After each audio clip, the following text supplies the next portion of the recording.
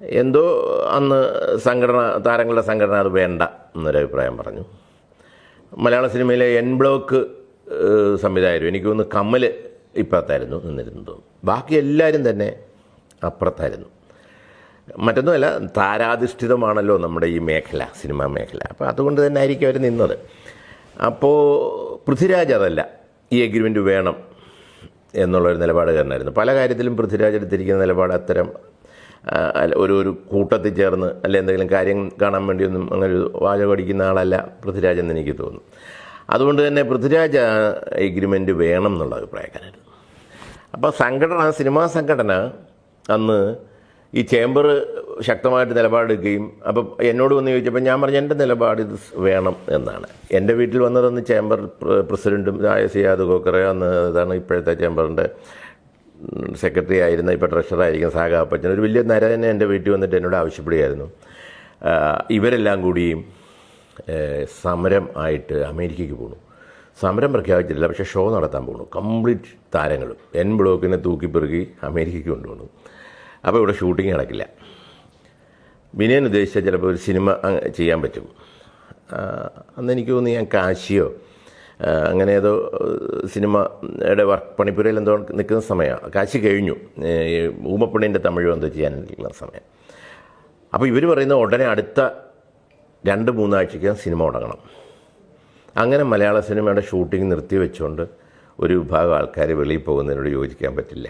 വിനയൻ എന്ത് ചെയ്യാൻ പറ്റും? അന്ന് എന്നെ ആർക്കും ഉപയോഗിക്കാവുന്ന ഒരു ഇൻസ്ട്രുമെൻ്റ് ആയിരുന്നു അത്. അന്ന് പിന്നാണ് കാര്യങ്ങളൊക്കെ മനസ്സിലാക്കിയത്. കാരണം ഈ അനുമാന കണക്ക് എന്നെ വന്ന് പൊക്കിയപ്പോൾ വീണു പോയെന്നുള്ള അത് വേറെ ആരെങ്കിലും പിടിക്കാശാനെ നിങ്ങളുടെ കൂടെയൊക്കെ ഒത്തിരി വലിയ ഡയറക്ടർമാരുള്ളതല്ലേ മലയാള സിനിമയിൽ, ആരെങ്കിലും നിങ്ങളൊക്കെ വിളിച്ചാൽ കിട്ടത്തില്ല എന്ന് പറഞ്ഞ് എനിക്ക് വേണേൽ ഒഴിയായിരുന്നു. പക്ഷെ ഞാൻ ആ പറഞ്ഞതിനകത്തൊരു ന്യായമുണ്ടെന്നും എൻ്റെ നിലപാടതാണെന്നും ഒക്കെ വെച്ചുകൊണ്ട് ഞാൻ അന്നീ സിയാദ് കോക്കറിനുമൊക്കെ വാക്ക് കൊടുത്തു. ആൻഡോ ജോസഫും വന്നിട്ടുണ്ട്. ആൻഡോ ജോസഫൊക്കെ പ്രൊഡ്യൂസറും കൊണ്ടാണ് വന്നിരിക്കുന്നത്. റെഡിയാണെങ്കിൽ പ്രൊഡ്യൂസർ റെഡി, വൈശാഖരാജൻ, കഥയും ഒന്നുമില്ല നമ്മുടെ. ഞാനപ്പോൾ തന്നെ പൃഥ്വിരാജിനോട് ചോദിച്ചു. പൃഥ്വിരാജ് പറഞ്ഞു ഈ ഒരു മാറ്ററിന് വേണ്ടിയാണ് സാർ ഞാൻ വർക്ക് ചെയ്യാം, കാരണം എനിക്ക് ഈ എഗ്രിമെൻറ്റ് വേണം എന്നുള്ള അഭിപ്രായക്കാരനാണ്. അന്ന് എൻ്റെ കൂടെ നിന്ന 2-3 പേരൊക്കെ ലാലു അലക്സ് നിന്നു, മനസ്സിലായി, ബാബുരാജ് നിന്നു, ക്യാപ്റ്റൻ രാജുവോ, തിലകൻ ചേട്ടനുണ്ടായിരുന്നു. തിലകൻ ചേട്ടൻ പിന്നെ ഇത്തരം കാര്യങ്ങൾക്കൊക്കെ പുള്ളി സടകുടഞ്ഞു എഴുന്നേക്കല്ലോ, പുള്ളി നിന്നു. ബാക്കിയുള്ളവരെല്ലാം തമിഴിൽ നിന്ന് വെച്ചു. ആനന്ദരാജ്, രാജീവ്, അങ്ങനെ ഒരു പറ്റ ആർട്ടിസ്റ്റുകളെ തമിഴിൽ നിന്ന് കൊണ്ടുവന്നു.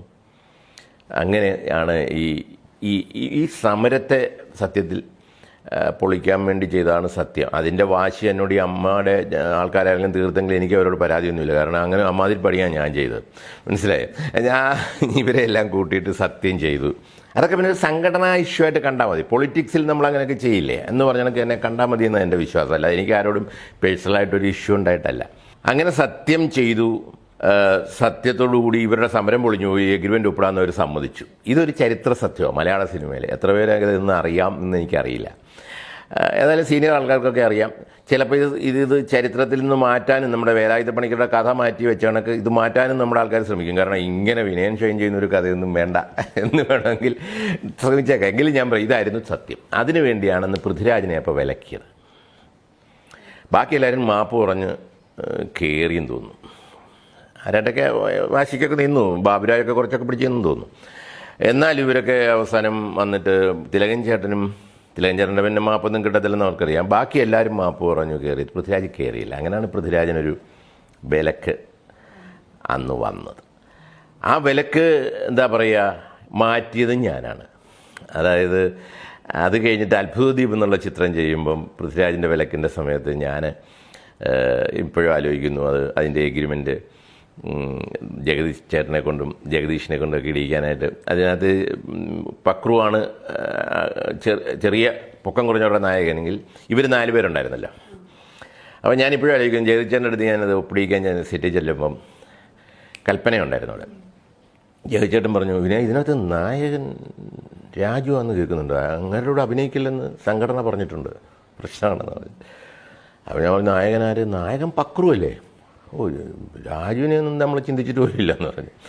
അപ്പോൾ പുറകിരുന്ന് കൽപ്പന ചിരിച്ചു. കൽപ്പനയ്ക്ക് ഇതറിയാം. കൽപ്പന പറഞ്ഞു, പിന്നെ ഇത് പൊക്കം കുറഞ്ഞവരുടെ കഥയാ ചേട്ടാ, കൽപ്പനയ്ക്ക് ഈ സംഭവം അറിയാം. അങ്ങനെ എഗ്രിമെൻ്റ് ഒപ്പിടിച്ച് മേടിച്ചു എന്നിട്ടാണ് ഞാൻ തുറന്നു പറയാം, അത് രാജുവിൻ്റെ വിലക്ക് മാറ്റാൻ വേണ്ടി ഞാൻ ചെയ്ത ഒരു സാഹസമാണ്. അത് ഒരു പോസിറ്റീവ് മാറ്ററിന് വേണ്ടി ചെയ്തുകൊണ്ടൊരു ചെറിയ കള്ളമൊന്നും തെറ്റില്ല എന്ന് രാമായണത്തിലും മഹാഭാരതത്തിലും വരെ പറഞ്ഞിട്ടുണ്ട്. അതുകൊണ്ട് ഞാൻ ഇതൊക്കെ ഒപ്പിട്ട് ജഗദീഷിൻ്റെയും നമ്മുടെ ജഗദീശൻ്റെയൊക്കെ ഒപ്പിട്ട് മേടിച്ചതിന് ശേഷമാണ് പിറ്റേ ദിവസം ഈ രാജുവിൻ്റെ ദേഹത്തൊരു 50 കുഞ്ഞന്മാരെ ഇരുത്തിയിട്ട് ഞാൻ ഫോട്ടോ എടുക്കുന്നത്.